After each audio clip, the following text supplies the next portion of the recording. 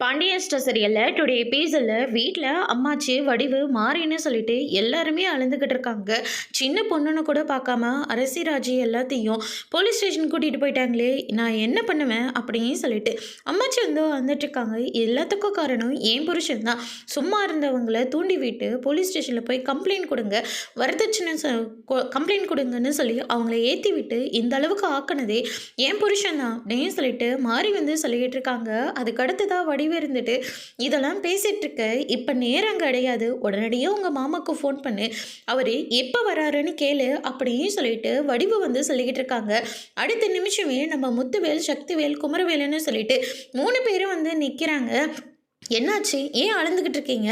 ஐயா முத்துவேலு அப்படின்னு சொல்லிட்டு அம்மாச்சி சொல்லவும், அம்மா என்னாச்சுன்னு சொல்லுங்க, ஏன் இப்படி அழுந்துட்டுருக்கீங்க, ஏதாவது பிரச்சனையா அப்படின்னு சொல்லிட்டு கேட்கவும், சின்ன பொண்ணு அரசி யாரும் என்னென்னு பார்க்காம போலீஸ் ஸ்டேஷனுக்கு மொத்த பேரையும் இழுத்துட்டு போயிட்டாங்க அப்படின்ற மாதிரி சொல்லிடுறாங்க. யார் என்ன கம்ப்ளைண்ட் கொடுத்தாங்க, யார் அவங்களெல்லாம் கூட்டிகிட்டு போனாங்க அப்படின்னு சொல்லிட்டு கேட்கவும், அதுக்கு அடுத்ததாக மயில் வீட்டு ஆளுங்க, நம்ம அரசி, அதுக்கு அடுத்ததாக ராஜி, கோமதின்னு சொல்லி எல்லாரையும் போலீஸ் ஸ்டேஷன் கூட்டிகிட்டு போயிட்டாங்கய்யா, எப்படியாவது அவங்கள திரும்ப வீட்டுக்கு கூட்டிகிட்டு வந்துடுறியா, பாவம் அவங்க ரொம்பவே பயந்து போய் போனாங்க, அவங்கள பார்க்கவே நெஞ்செல்லாம் பதறுதியா அப்படின்ற மாதிரி சொல்லிடுறாங்க. இந்த டைமிலும் வீரத்தை பார்க்காம தயவு செஞ்சு அவங்கள காப்பாற்றுங்க, சின்ன பொம்பளைங்களை போலீஸ் ஸ்டேஷன் கூட்டிட்டு போய் உட்கார வச்சிருக்காங்க, இந்த நேரத்தில் போய் எங்களுடைய எதையும் நாங்கள் காட்ட மாட்டோம், அந்த அளவுக்கு என் மனசு ஒன்றும் கல்லஞ்ச மனசு கிடையாதுமா, நான் இப்போவே போய் என்ன ஏதுன்னு பார்க்குறேன் அப்படின்னு சொல்லிட்டு முத்துவேல், சக்திவேல் எல்லாருமே போலீஸ் ஸ்டேஷன் கிளம்பி போகிறாங்க. அதுக்கு அடுத்ததான் வந்து பார்த்திங்கன்னா இந்த பக்கம் நம்ம ராஜி அரசின்னு சொல்லிட்டு எல்லாருமே அழுதுகிட்டு இருக்காங்க. நம்ம தான் இங்கே இருக்கோம், ஆனால் அம்மாலாம் பாவம் கஷ்டப்பட்டுட்டு இருக்காங்க, ஏதாச்சும் ஒன்று பண்ணணும்ப்பா அப்படின்னு சொல்லிட்டு செந்திலும் கதிரும் வந்து ஒரு பக்கம் சொல்லிக்கிட்டு இருக்காங்க.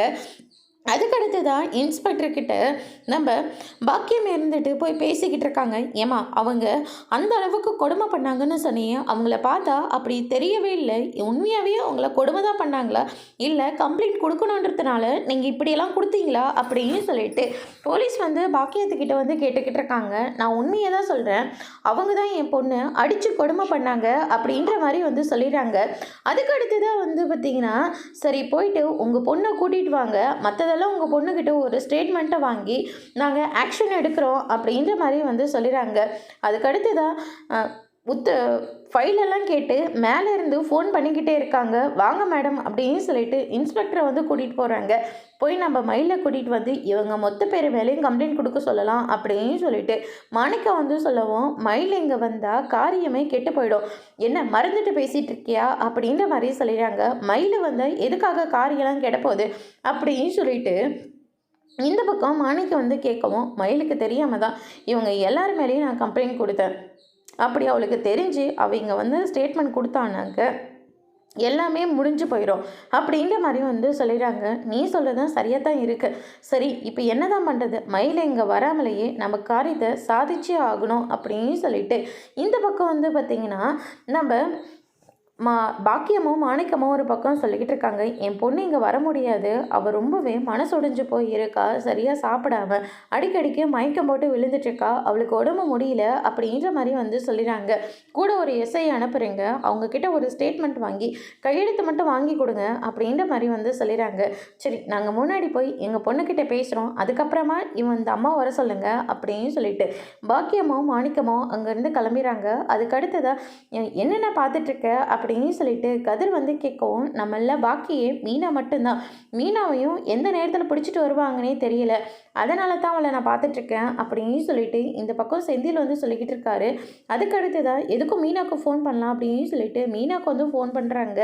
என்னங்க நான் ஆஃபீஸில் தாங்க இருக்கேன் அப்படின்ற மாதிரி சொல்லிடுறாங்க. அங்கே ஏதாவது போலீஸ் எதுவும் வந்திருக்கா, போலீஸா இங்கே எதுக்காக அங்கே போலீஸ் எல்லாம் வரப்போகிறாங்க அப்படின்னு சொல்லிட்டு கேட்கவும், நான் தம்பிங்க, அண்ணன், அப்பா எல்லாருமே, அம்மா, ராஜி, அரசின்னு சொல்லிட்டு நாங்கள் எல்லாரும் போலீஸ் ஸ்டேஷன் தான் இருக்கோம், அதனால தான் உன்னையும் அது பிடிச்சிட்டு போகாது வந்திருக்காங்களோன்னு சொல்லிட்டு தான் நான் கேட்டேன் அப்படின்ற மாதிரி சொல்லிடுறாங்க. எதுக்காக எல்லாரையும் போலீஸ் ஸ்டேஷன் கூட்டிகிட்டு போயிருக்காங்க அப்படின்னு சொல்லிட்டு மீனா வந்து கேட்கவும், மயில் வீட்டு ஆளுங்க மொத்த பேர் மேலேயும் வரதட்சணை கொடுமைன்னு சொல்லி கேஸ் கொடுத்துருக்காங்க அப்படின்ற மாதிரி சொல்லிட்டாங்க. இதை கேட்டோன்னு மீனா இருந்துட்டு நான் பார்த்துக்கிறேன், நீங்கள் ஃபோனை வைங்க அப்படின்னு சொல்லிட்டு ரொம்பவே கோவமாக அங்கேருந்து கிளம்புறாங்க.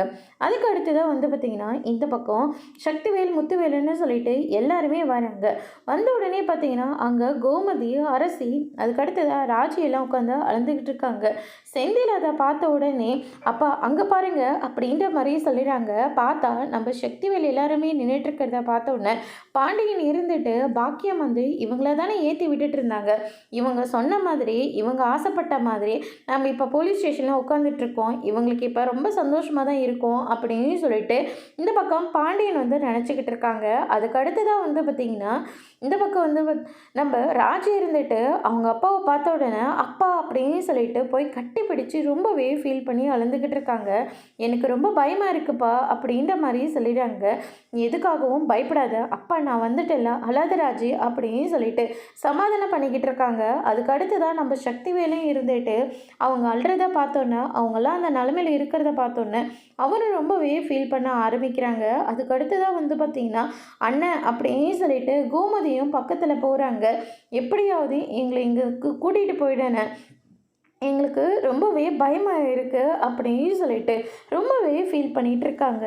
யாரும் எதுக்காகவும் வருத்தப்படாதீங்க, என்னதான் ஆச்சு, என்ன பிரச்சனை அப்படின்னு சொல்லிட்டு கேட்டுக்கிட்டே இருக்காங்க. பாண்டியன் இருந்துட்டு சக்திவேலை பார்த்து முறைச்சிக்கிட்டு இருக்காங்க. ஆனால் நம்ம சக்திவேல் இருந்துட்டு கோமதி அரசி ராஜின்னு சொல்லிட்டு அவங்க கண்ணீர் விருதை பார்த்து அவரும் ரொம்பவே ஃபீல் பண்ண ஆரம்பிக்கிறாங்க. அதோடு இன்னைக்கான எபிசோட் முடிச்சிருக்காங்க.